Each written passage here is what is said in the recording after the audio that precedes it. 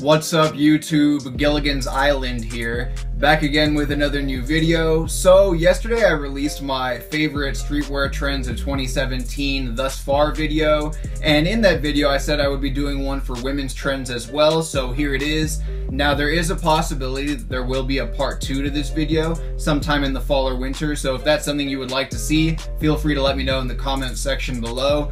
But anyway, let's just get started with the first one, which is crop tops.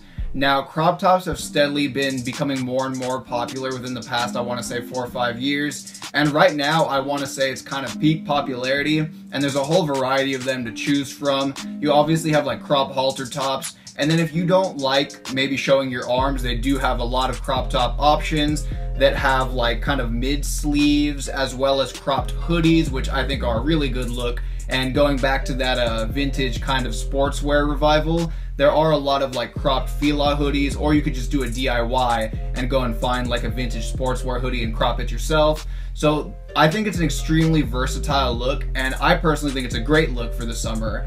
And you don't necessarily, contrary to popular belief, have to be really tall and thin to pull this off. I think a lot of people can pull this off, but maybe you kind of just have to like go in person, try and find something you like, and then I'd say kind of mess around with the sizing, because I've noticed that sometimes going up a size in certain items, like maybe with the cropped hoodies or some of the crop tops that have, like I said, the mid sleeves or kind of more of a loose, like baggier sleeve, it can be like a really good, like relaxed look for the summertime. And then that way, if you're not really kind of, I don't know, I know a lot of people don't really like showing their arms, and I think that's a kind of a great way around that. So then that way you are comfortable kind of still having some breathability in the midsection for the summertime, and you won't really be overheating all that much. The Guess ASAP Rocky striped tees, they did make women's crop tops. I thought those were absolute fire. My girlfriend did not like them, so I did not buy them for her. I do believe you can probably find some of those in some colorways on Grailed, eBay, or Depop. If I do find any of the colorways in a variety of sizes, I will leave links in the description below, but note, you'll probably have to pay a premium over retail, but I'd say that they might be worth it depending on what the pricing is. And next, moving on to number 2, we have chokers. Now, I know a lot of girls and guys that actually do not like this trend, and they don't like the fact that it's been back in style for the past 2 or 3 years, but I really think it's a great accessory that can complement a lot of outfits.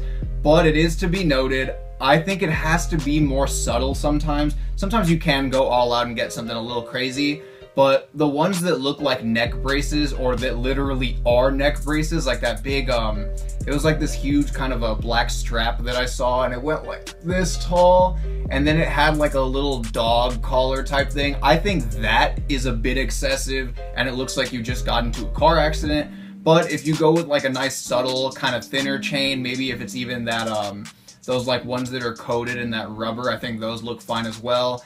And the gold, like the ones that are more jewelry based, like the thin gold chains, or maybe like a medium gold chain, I really like the way those look. And like I said, it does complement a lot of outfits, whether it be formal or informal, like some streetwear stuff. Yeah, it's a pretty great accessory. Are some a little over the top and go a little overboard? Absolutely, but at the end of the day, it's entirely up to you what you want to rock. But I still think chokers are a really great accessory, and it's a trend that I definitely co-sign. And next, moving on to number 3, we have the fishnet trend. Now, there's a lot of people on Instagram that have like memed it and said that that's hoe fashion, but I disagree. I think that I've seen it styled plenty of times, and I thought it looked pretty great. Now, I've seen it styled with ripped jeans where they have the mesh essentially showing through the tears in the jeans. I've seen it styled with shorts. I've seen it styled with crop tops. That way the fishnet shows in the midsection. And I've seen it styled in a variety of ways that shows how versatile of, I guess, an accessory that it really is. Now, I wouldn't say it'd be too great to wear in the summertime. And my reasoning for that is, I mean, there's a strong possibility that if you're somewhere extremely sunny, that during the day you could kind of get a really weird waffle print tan line. I don't know if there's like pictures of that. If I find a picture of like someone with that tan line, I will put it in this video. But if not, I think it's just something to keep in mind. But overall, I think in a video or two, like a few videos ago, I said that maybe the trend would outlast 2017. I'm not entirely sure if it will anymore, But at the end of the day, it doesn't matter if it's still trending or not. Like, if you genuinely like it, then why not just keep wearing it?